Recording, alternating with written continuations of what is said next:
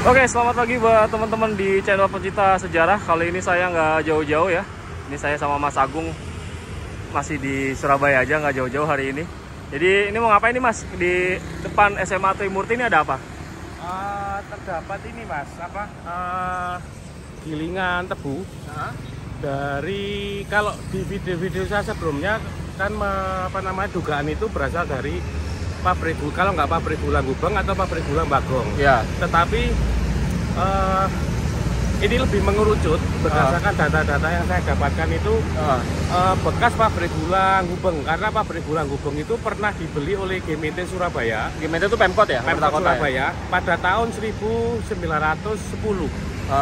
Kemudian sampai dioperasikan oleh GMT Surabaya itu sampai tahun 1912. Kemudian 1913 itu wilayah pabrik gula Gubeng sudah dirubah menjadi perumahan, komplek perumahan untuk orang-orang Belanda ya. Oh iya, betul. Nah, jadi gimana nih Mas? Langsung aja kita lihat ya. Kita lihat. Namanya apa nih Mas? Namanya apa? Chinese Molen. Chinese atau Molen. gilingan tebu yang menggunakan batu dan digerakkan oleh tenaga hewan, biasanya sapi atau diputer ya? kerbau. Dibuat peras tebu ya? Iya. Oke. Nah, ini jadi ini Mas ya, apa namanya, alat peras tebu ya? Peras tebu ini modelnya emang kayak begini Mas. Kenapa namanya Chinese Molen? Apa dari Cina? Dibikin dari Cina, tepatnya di daerah Guangzhou ya rata-rata. Oh, Guangzhou. Ya, dibeli dari Guangzhou. Nah, ini kan terlihat jelas di beberapa beberapa referensi atau beberapa contoh-contoh Chinese Molen yang pernah saya lihat itu ada di Museum Kota Tua Jakarta. Ya. Kemudian salah satu daerah di Jakarta saya agak lupa namanya. Condet. Condet, Balai Budaya Condet. Ya. Kemudian di Batang, Jawa Tengah. di Batang Jawa Tengah di bekas pabrik gula Kalimati. Terus kemudian di Sidoarjo yang di Aloha itu. Oke, ya. Terus kemudian terakhir di sini. Di sini. Nah, ini ada alat gilingan tebu yang dipakai oleh pernah dipakai oleh dipakai oleh pabrik gula Gubeng. Pabrik gula Gubeng. Kalau kok bisa di sini Mas? Gimana kronologinya tuh kira-kira? Memang tidak ada yang menyebutkan bahwa Chinese Molen ini itu bekas pabrik gula, tidak ada referensi ya yang menyatakan bahwa Chinese Molen ini berasal dari pabrik gula Gubeng. Tetapi dari data-data pendekatan bahwa pabrik gula Gubeng itu yang seperti saya katakan tadi, sebelum dibangun perumahan itu sempat dibeli oleh pemerintah kota Surabaya dari tahun 1910. Nah, kemudian tahun 1912 itu terakhir musim giling, kemudian tahun 1913 itu baru dibangun wilayah pabrik gula Gubeng itu dirubah menjadi kompleks perumahan. Dan karena ini barang milik pemerintah kota Surabaya, bisa jadi ini disumbangkan di Historic Stedelijk Museum. Oh, museumnya kota lah ya. Museum Kota Surabaya yang didirikan atau diinisiasi oleh Von Faber. Karena Historic Stedelijk Museum itu adalah museum yang menceritakan sejarah perkembangan kota Surabaya. Oke. Yang jadi cikal bakalnya museum Botanular ya? Botanular. Nah, di SMA Trimurti ini itu dulunya bekas Historic Stedelijk Museum. Oh, berdirinya di sini awalnya Mas? Bukan di sini, tapi agak ya di daerah sekitar TP sana, kemudian dipindah ke sini. Dan SMA Trimurti ini dulunya adalah Historic Stedelijk Museum. Kalau kita lihat di dalamnya itu ada patung, patung torso ya? Ya. Yang setengah dada Von Faber. Oke. Sebagai pendiri dari Historic Stedelijk Museum. Dan Von Faber juga dikenal sebagai bapak sejarah lama kota Surabaya. Oh iya, soalnya penulis dua ya. Penulis buku Old Surabaya sama New Surabaya. Oke. Ya, jadi Mas Agung, ini kalau mesin kayak gini tuh punya kapasitas nggak sih Mas? Ada kapasitasnya nggak? Sebenarnya ada, cuma kayaknya datanya sulit untuk dibuat komparasi ya. Dengan ukuran sekian, kemudian berapa sih kapasitas gilingnya? Itu agak sulit untuk dicari dan ditemukan. Mas, ini kan namanya Chinese Molen ya? Iya. Terus kalau orang Jawa tuh bisa nggak sih Mas bikin kayak gini tuh? Maksudnya punya teknologi sendiri nggak? Ada. Kalau orang Jawa biasanya bikin gini agak lebih kecil, tapi dia dari kayu. Dari kayu. Ya, dikenal dengan nama Java Smolen. Java Smolen. Java Smolen. Nah itu fisiknya masih ada nggak sih mas? Bisa ditemukan nggak? Apakah kalau fisiknya itu biasanya di daerah, kebanyakan ya di daerah-daerah Tulungagung, Madiun kayaknya masih ada. Masih ada. Iya. Oke. Jadi ini dugaan kuatnya peninggalan pabrik gula Gubeng. Gubeng. Nah, terus itu Gubeng itu satu dari berapa yang pernah berdiri di Surabaya mas? Dari data yang saya dapatkan itu satu dari sekitar 17 pabrik gula yang pernah ada di kota Surabaya. Oh, banyak juga ya berarti ya? Lumayan banyak mas, Surabaya banyak ya? Pabrik gulanya.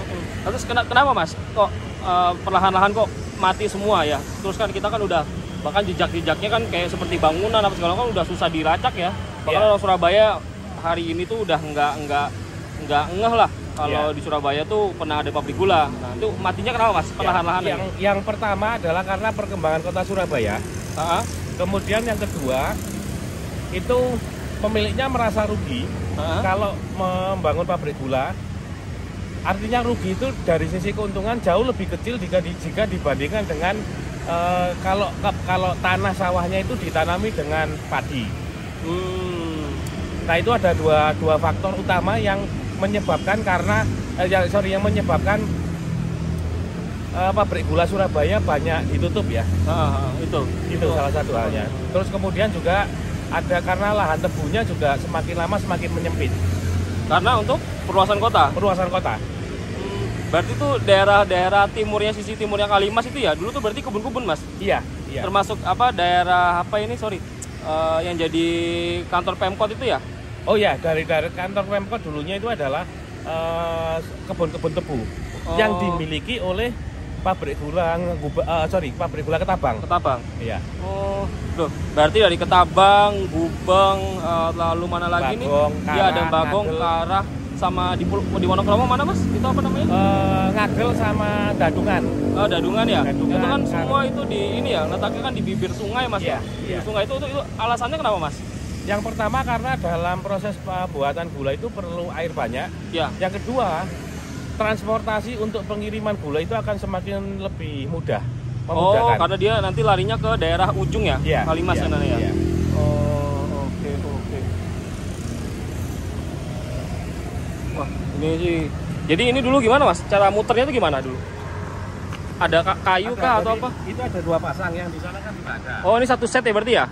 Satu set ya? Didekatkan, kemudian dia di tengahnya itu biasa ada lubang. Nggak kelihatan ya, ini ketutupan ya? Oh iya. Ada lubang di disambungkan ke kayak saf.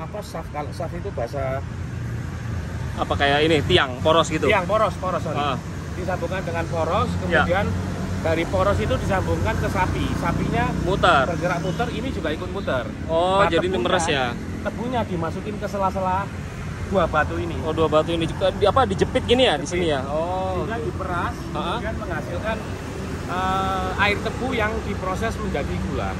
Oh, air tebunya berarti lari ke bawah? Ke bawah. Ke bawah itu ada penampung larutan air tebunya. Air tebunya. Terus ini mas, kalau yang gini kayak gerigi-gerigi ini itu apa? Kalau yang gerigi-gerigi ini fungsinya memang untuk memudahkan pergerakan antara satu Chinese Smolen dengan Chinese Smolen yang lainnya. Oh, oke. Jadi meresnya itu yang ini mas ya, yang apa namanya datar ini ya, yang halus ini ya. Oke. Nah, ini yang satu dengan yang lain. Ujungnya ini kan nyambung ke sini. Iya, Jadi dia menarik. Oh, alah iya kayak gear, ketemu gear ya. Jadi dia fungsinya itu menarik. Menarik aja.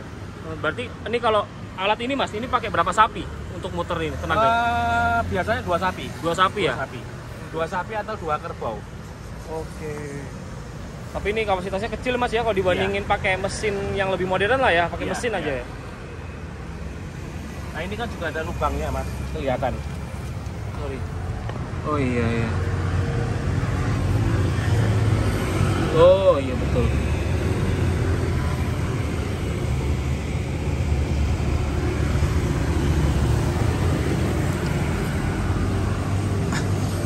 Pasang ya ini ya sama yang itu. Iya. Loh, mas ini yang di sepanjang pernah ditemuin kayak gini mas ya? Iya, cuman satu aja. Satu buah aja ya? Satu buah aja. ya. Jadi ini alat gilingan gula model lama sebelum kita tahu ada mesin-mesin yang modern ya di pabrik gula zaman sekarang. Nah ini kayak gini nih, teknologi kunonya untuk meres tebu ya, menghasilkan gula. Tebunya itu diperes pakai alat gilingan ini. Dan namanya tadi Chinese Molen, yang dibuat, diproduksi itu asalnya dari Cina sana, dari Guangzhou. Guangzhou itu mana? Cina Selatan, Mas? Cina Selatan. Cina Selatan ya. Gitu. Tuh. Mas, orang-orang Chinese tuh ya, ini kan mereka bikin ini ya. Iya. Apakah orang-orang Chinese tuh ada di Surabaya itu yang punya pabrik gula nggak? Maksudnya? Kan ini kan alatnya ada dari Cina ya. Apakah ada orang peranakan Cina itu yang di Surabaya ya yang pabrik gula? Oh ada. Nanti kita apa namanya? Kita belusui Mas. Di mana itu? Pabrik gula Ketabang. Ya. Kemudian nanti untuk lain waktu itu ada pabrik gula Ngagel, pabrik gula Dermo. Itu di Darmo ya? Darmo, pabrik gula Dermo. Kemudian pabrik gula Kara, Ketintang, Dadungan. Dadungan itu awalnya punya orang Jawa. Orang kemudian Jawa. Dibeli sama orang Cina. Oke. Nah kemudian ada juga pabrik gula daerahnya namanya Ketampon. Cuman daerah mana kita masih belum tahu. Ketampon di Surabaya. Ketampon. Jadi bagian kayaknya deket Brudo itu Mas. Brudo di Noyo tak? Di Noyo, daerah-daerah sekitar di Noyo. Oh berarti nggak jauh dari Dermo ya? Nggak jauh. Itu kalau Dermo kan seberangnya baratnya sungai. Iya. Kalau Ngagel itu timurnya sungai dan Ngagel itu berseberangan. Dan bekas pabrik gula Ngagel itu sekarang menjadi hotel Novotel. Mas, aku kan kalau beberapa kali lihat peta ya, ada Iya. di pabrik gula tuh dekatnya pabrik Ara. Apakah Ara itu juga dari gula juga apa gimana, Mas? Oh, Ara itu pasti dari salah satu bahan bakunya itu gula dengan fermentasi. Fermentasi gula. Ara pabrik di Dermo ya? Ya, di Dermo sama di ini. Bagong kan ada kan? Iya, di sekitar Bagong, bekas pabrik gula Bagong. Gitu ya? Itu ada Ara pabrik. Mas, kita lihat ya sebelah sana, Mas. Iya. Jadi ini yang pasangannya yang itu ya. Jadi satu set itu ada dua roda gini ya, atau roda kayak gini nih, ada kayak macam roda giginya kayak gini ya. Jadi kalau misalkan teman-teman bayangin kayak apa tuh, jadi kayak gearnya Tamiya gitu ya, kalau ketemu ini ketemu itu nanti dia akan saling gigit gitu ya. Itu diputer. Ini diameternya kurang lebih berapa ya, Mas? Itu saya pernah ukur tingginya kalau nggak salah 80, diameternya itu 90. Oh lumayan juga ya. Berat ini. Berat banget, batu. Ini full pakai batu kan ini, Mas? Batu ya. Ya berharap dengan informasi seperti ini itu Pemkot bisa aware, Pemkot Surabaya bisa aware bahwa ini salah satu peninggalan yang diduga berasal dari pabrik gula Gubeng, karena pabrik gula Gubeng pernah dibeli oleh GMT Surabaya pada tahun 1910. Nah ini salah satu peninggalan yang seharusnya bisa diselamatkan oleh Pemkot Surabaya. Mungkin ditaruh di Museum Siola ya. Sebagai salah satu bisa dikatakan ya jejak peradaban kota lah ya. Peradaban pabrik gula tertua di Surabaya pasca penerapan sistem tanam paksa. Nanti detailnya mengenai, kita akan berusukan ke bekas pabrik gula Gubeng, Bagong sama Ketabang. Jadi ini Gubeng, Ketabang sama Bagong tuh ya pernah pakai ini, Mas, kayak gini modelnya. Kalau yang pernah pakai Chinese Molen itu Gubeng sama Bagong. Yang pabrik gula Ketabang itu dia pakai water molen, Mas, kincir air. Oh, kincir air. Kincir air karena kayak kincirnya PLTA gitu. PLTA ya, kincir air. Yang kincir air kemudian tahun 1850 itu pabrik gula Ketabang merubah alatnya dari water molen menjadi alat penggerak uap. Nanti kita detailnya akan ceritakan pas waktu berusukan lokasi ya. Lokasi ya. Oke. Jadi kurang lebih ini usianya udah berapa tahun, Mas? Ini nih usia barang ini. 1832 sekarang sekitar 191 tahun. Wah, tua banget ya.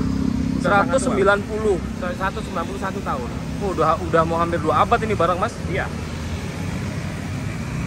Iya bener ya tuh. Ini harusnya diselamatkan ya barang kayak gini, Mas.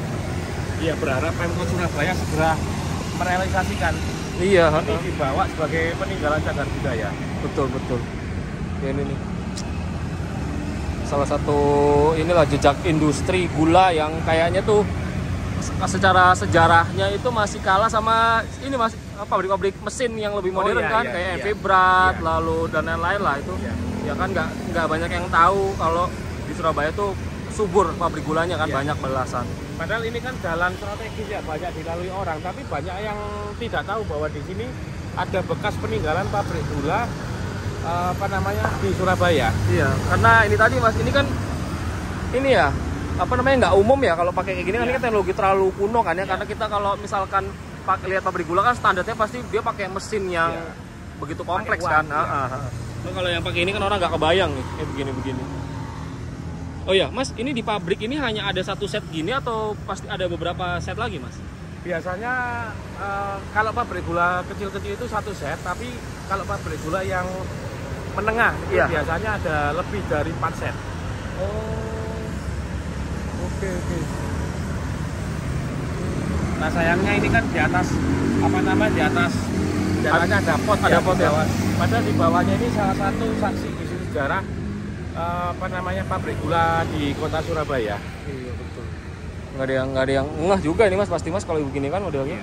Ya semoga dengan video ini semakin membuat orang aware. Kemudian Pemkot Surabaya juga memperhatikan dan memindahkan ini ke tempat yang lebih layak. Contohnya di museum Siola itu Siola. Iya, ini kan dulu juga aslinya ini kan barang museum kan nih Mas. Terus habis itu karena mungkin ketidaktahuan orang-orang itu akhirnya kan dibikin kayak gini kan. Kayak gini kan. Tidak tahu maknanya, beda dengan kayak patung-patung itu mungkin orang akan aware, tapi kalau seperti ini kan jarang orang aware dan tidak care, sehingga ditinggal di sini dan tidak istilah ditempatkan di luar karena tidak tahu riwayatnya. Terus betul. Ya itu tadi ya, karena di Tamopon Faber ini kan diberdayakan sebagai barang pamer sih Mas ya, barang museum ya kan. Cuman karena ketidaktahuan itu tadi, akhirnya sekarang di era modern ini kita lihat ini jadi kayak gini, jadi alasnya pot begini ya, karena tidak tahu ya. Semoga lah ini bisa terselamatkan lebih baik, karena ini punya Mas ya nilai edukasi juga ya, edukasi dan sejarah di kota Surabaya. Oke, jadi kita akan coba nyusurin Mas ya bekas-bekas pabrik gula yang ada di Surabaya. Khususnya yang di dekat-dekat sini ya, daerah Gubeng lah, Ketabang dan sekitarnya. Oke, langsung aja kita lanjut lagi.